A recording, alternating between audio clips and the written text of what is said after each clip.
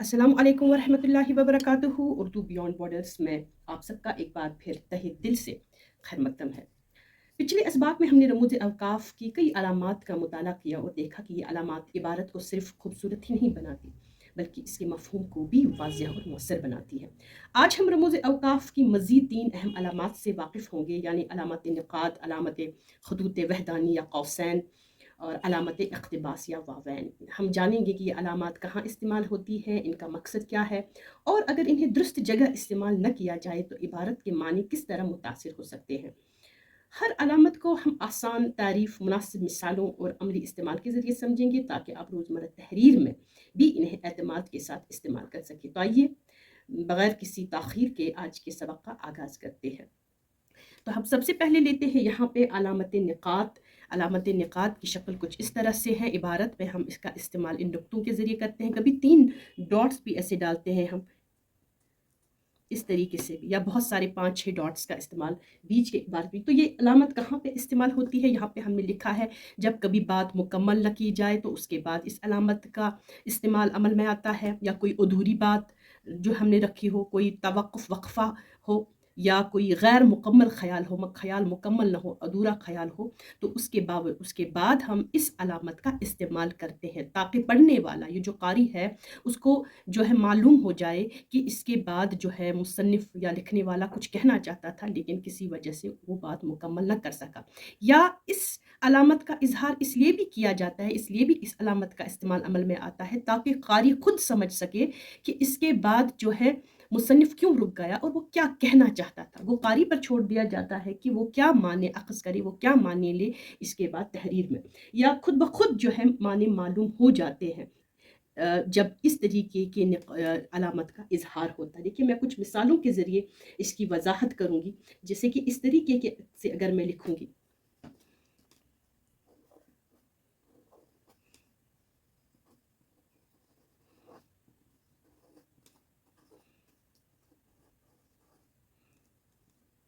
कल इम्तिहान का नतीजा निकला हूँ,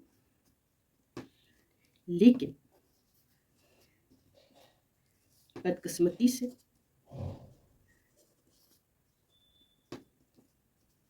मैं अब ये तो पता है कि क्या कहना चाहता है लिखने वाला, इसीलिए वो मज़ीद नहीं कह सकता, ठीक है ना? असल में इससे जज़्बात की तर्जुमानी भी होती है कि वो मुकम्मल तौर पर इज़हार नहीं करना चाहता, कि जज़्बात उसको इजाज़त नहीं देते कि वो आगे अपनी बात बढ़ाए। तो इस तरीके से तहरीर में खूबसूरती पैदा करने के लिए, उसको तक़रीरी लेवल पर लाने के लिए वो इस तरीके के डॉट्स डालता है।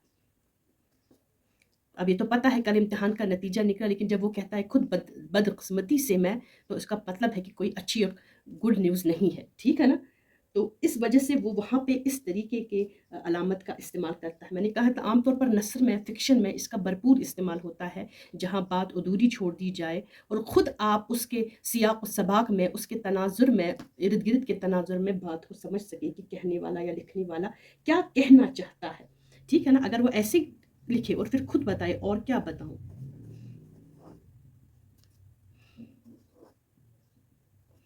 वो मुकम्मल बात नहीं की है, बात अधूरी छोड़ी गई है, क़ारी पर छोड़ दिया गया है कि वो बात को क्या समझे। जब बदकिस्मती है तो ज़रूरी है कि आप बात समझ जाएँगे कि वो पास भी नहीं हुआ है, ठीक है ना? तो इस तरीके से बात अधूरी छोड़ देना किसी वजह से, तो यहाँ पे हम आम तौर पर अलामत नुक़ात का इस्तेमाल करते हैं। वो अगर किसी बात का ज़िक्र करना किसी वजह से मुनासिब न हो, तो उसकी जगह ये नुक्ते रख देते हैं। कुछ इस तरह के पढ़ने वाले को इन बातों का एहसास हो जाए जो किसी वजह से न कही और लिखी गई हो। जैसा कि मैंने आपको यहाँ पे बताया, कुछ इस तरीके से लिखना, ठीक है ना? अगर मैं इस तरीके से भी ये ख़याल लिखूँ तो एक ख़याल है, अगर मैं इस तरीके से भी लिखूँ, मैंने उससे बहुत कुछ कहना चाहा मगर फिर बात अधूरी छोड़ी। मैंने उससे बहुत कुछ कहना चाहा मगर अब बात मुकम्मल नहीं की है लिखने वाले ने। वो क़ारी पे छोड़ दिया गया है कि वो इससे क्या माने अख़ज़ करे। वो बात अधूरी छोड़ना, बात मुकम्मल ना करना, कोई लंबा सा वक्फा लेना या गैर मुकम्मल ख्याल जो वाज़ह न हो उसको पेश करने के लिए हम आम तौर पर अलामत नुकात का इस्तेमाल करते हैं। नुकात नुक्ता की जमा है, नुक्ता मतलब एक डॉट, लेकिन जब इसको मिलाए बहुत सारे एक से ज़ायद डॉट्स को हम नुकात कहते हैं। तो अलामत नुकात का इस्तेमाल इस तरीके से अमल में आता है। जब आप कोई बात मुकम्मल ना करें किसी वजह से तो हम उसके बदले इन डॉट्स का इस्तेमाल करते हैं, अलामत नुकात का इस्तेमाल करते हैं। तो ये एक अलामत हुई। इसी तरीके से है अलामत खतूत वहदानी या कौसैन, इसको हम इंग्लिश में ब्रैकेट्स कहते हैं, ठीक है ना।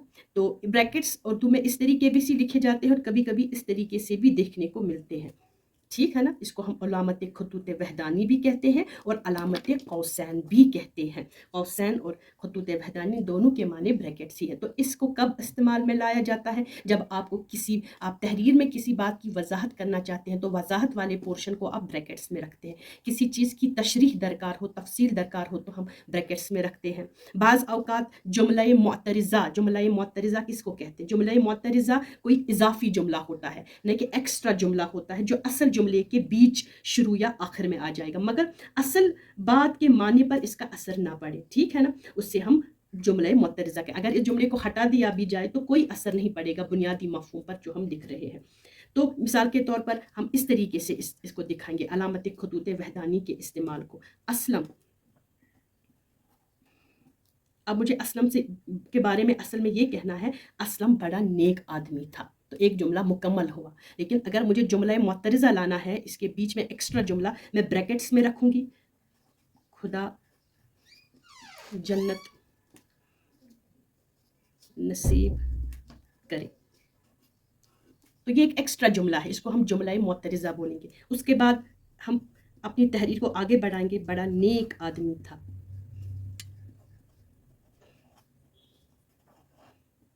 अब देखिए, अगर मैं इसको हटा भी दूँ तो मेन जुमले पे कोई असर नहीं पड़ेगा, असलम बड़ा नेक आदमी था।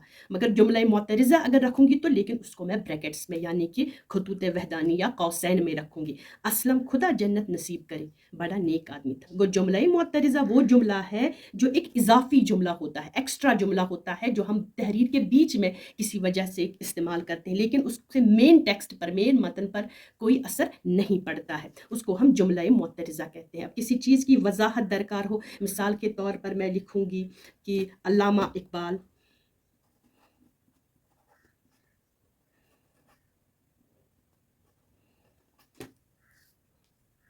मैं लिखूंगी यहाँ पे इसमें शायर मशरिक,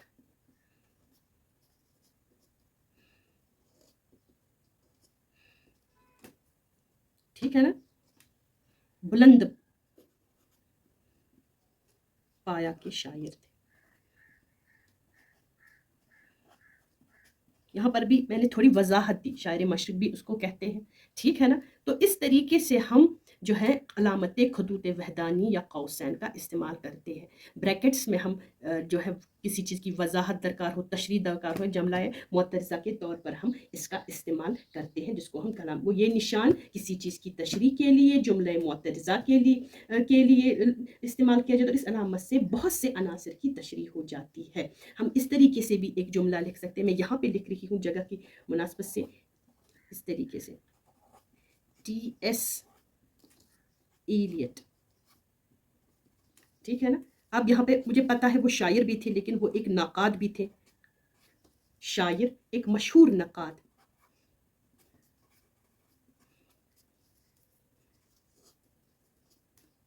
एक मशहूर नक़ाद थे।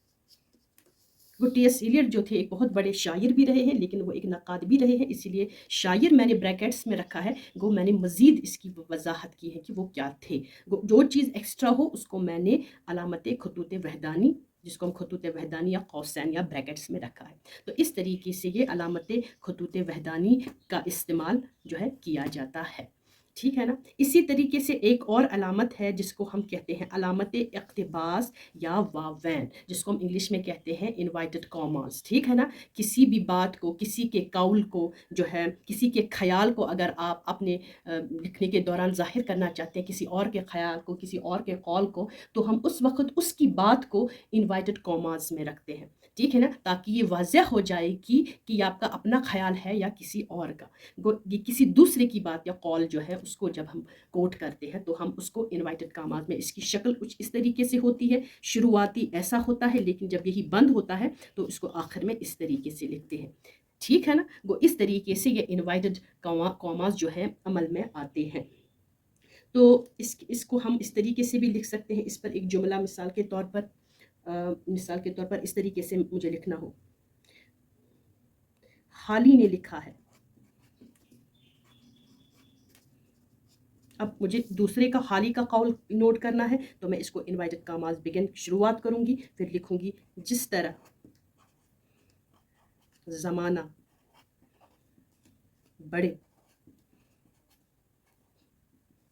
तुम भी उसी तरह